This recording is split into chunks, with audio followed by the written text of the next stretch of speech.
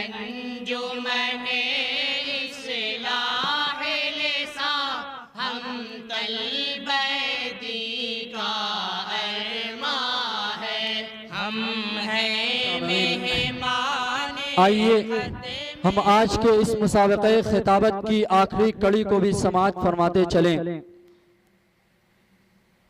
लिहाजा मैं इसके लिए रेहानुल्लाह फैज़ान किशनगंजी को दावत दे रहा हूँ कि मौसूफ आएँ और तकरीर पेश करें। मौसूफ की तकरीर का उन्वान है कौमों का उरूजो ज़वाल।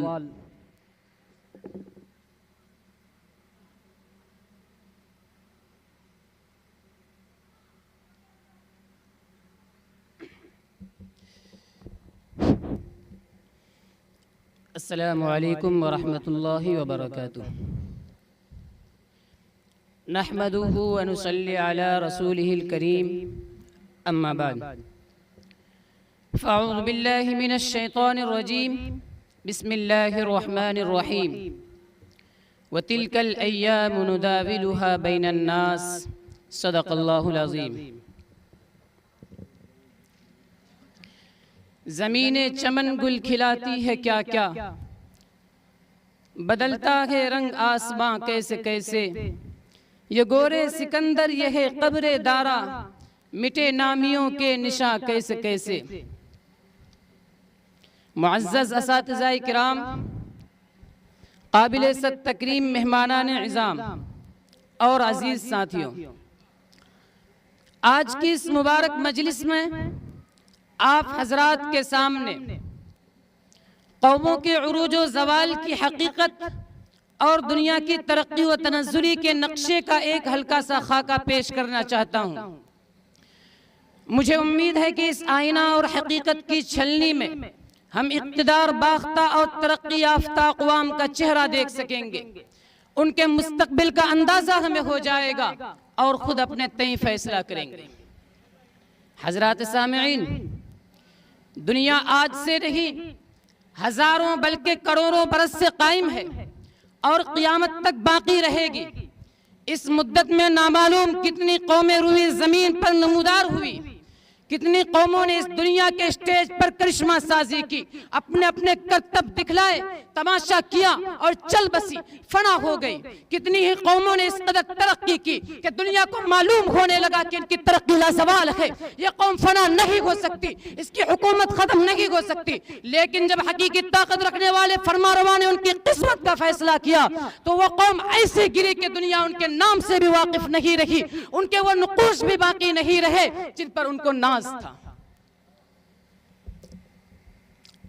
नमरूद ने तमर्रुद और सरकशी की, जुल्म सितम और कुफ्र और उद्वान का एक नया बाब शुरू किया और अना वला गैरी का दावा किया तो अल्लाह पाक ने एक मच्छर उस पर मुसल्लत कर दिया और उस एक मच्छर ने उसका काम कर डाला, फना के घाट उतार दिया और उसकी हुकूमत के नुकूश भी बाकी नहीं रहे। फिरऔन ने सर उभारा, फिरऔनियत और तागूतियत के नतीजे में हक से टक्कर ली, खुदा से पंजा आजमाई शुरू की, अना रब्बुकुमुल आला का दावा किया। इसी उज्व गुरूर के नतीजे और इक़्तिदार और ताकत के नशे में बनी इसराइल के साथ नारवा सलूक करना शुरू किया, उन्हें तरह तरह से सताया जाने लगा, पैदा होते उनके नरीने बच्चों का कत्लेआम होने लगा। लेकिन जब उसकी भी बारी आई, खुदा के हुक्म से ज़र्ब असाए मूसा ने उसका काम कर डाला तो वो बहर कुल्ज़ुम में इस तरह ग़ुक़ाब हुआ कि उसे कोई रोने वाला भी मुयस्सर ना हुआ। ताज और तख्त से दूर, हुकूमत और सल्तनत से अलग और अपने इज़्ज़ा व क़रबा से तनख़ा बेहकीकत होकर खत्म हुआ कि अपनी हुक्मरानी में किसी को अपनी बेबसी की दास्तान तक सुना न सका और आन की आन में उसके इक़्तिदार का शाखसाना टूट फूट कर खाक में मिल गया। हजरात गिरामी, 6ठी सदी ईस्वी में सहराए अरब से एक कौम उठी जिसने बहुत थोड़े से वक्त में कैसर और किसरा के परखचे उड़ा दिए, रोमन एम्पायर का खात्मा कर दिया, ईरानी तमद्दुन और तहजीब को बदल डाला, एक अजीम खित्ता के कल्चर और सकाफत को इस्लामी कल्चर और सकाफत में तब्दील कर दिया। दुनिया ने उस सकाफत और उस अजीम इनकलाब में अमन व आश्ती, इंसानी इक़्तिदार और क़ियम और हुक्मरानी व जहांबानी के औसाफ देखे। उनमें जबरदस्त अखलाकी क़ुव्वत, रूहानी ताकत और इंसानियत की तामीर का जज्बा पाया। नहीं रही बल्कि उनके कशकोल में एक लाइहा अमल, एक ज़ाबिता हयात और इंसानी जिंदगी के ऐसे उसूल पाए जो हर तगय्युर पज़ीर ज़माने का साथ दे सकते हैं। उन्हें जागो मनसब से वास्ता, न इक़्तिदार और सिले की तमन्ना। उनका मकसद सिर्फ और सिर्फ मखलूक की खालिक से मारिफत कराना था, बंदों को खुदा से मिलाना था। लेकिन जब ये कौम भी उन उसूलों से मुनहरिफ हो गई और तामीर इंसानियत का जज्बा खत्म हो गया, वो अक़दार और क़ियम, वो अखलाक और अफ़कार उनकी जिंदगी से निकल गए, तो इनका नाम भी ज़वाल पज़ीर कौम की फहरिस्त में आने लगा। और गमख़सार मिल्लत हज़रत अल्लामा इक़बाल मरहूम ने इसे मुखातिब करके यूं कहा था, ऐ ला इलाह के वारिस बाकी नहीं है तुझ में, ऐ ला इलाह के वारिस बाकी नहीं है तुझ में, गुफ्तार दिल बराना किरदार काहिराना, तेरी निगाह से दिल सीनों में कांपते थे, खोया गया वो तेरा जज्बे कलंदराना। हजरात, दुनिया में जिन कौमों ने भी तरक्की की है वो शुरू में बहुत कमजोर और गुमनाम थी। देखने वालों को गुमान होता था कि इनका सितारे किस्मत कभी न चमकेगा, इनका आफताब इकबाल कभी तुलू न होगा। लेकिन सब्र इस्तिक़लाल और तदबीर और हिकमत ने ये अंदाजे गलत ठहरा दिए और वो कमजोर और नातवा बेसहारा कौमें तरक्की के बामे उरूज पर पहुंच गई, कामरानी की उन बुलंदियों तक पहुंच गई जिसकी वो आरज़ूमंद थी।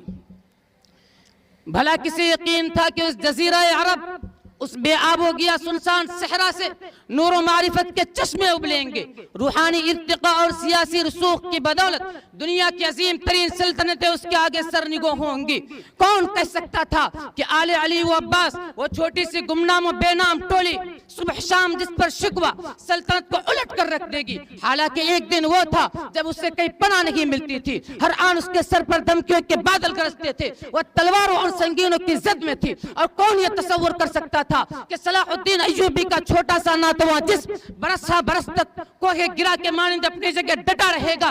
बैक 25 जाबिर और कागिर बादशाहों से मुकाबला होगा, जबरदस्त लश्करों का हुजूम होगा, लेकिन वह सलातीन यूरोप को निगाहे जिल्लत व बेआबरूई के साथ लौटा कर दम लेगा। और कौन ये बावर कर सकता था कि वह जर्मन मजदूर हिटलर ऐसी कुव्वत और ताकत और मुहय्यिरुल उक़ूल कामयाबी हासिल कर लेगा। उसी हिटलर का नाजिस, मुसोलिनी का फाशिस्ट और स्टालिन का कम्युनिस्ट इस तरह तरक्की के बामे उरूज पर पहुंच जाएगा।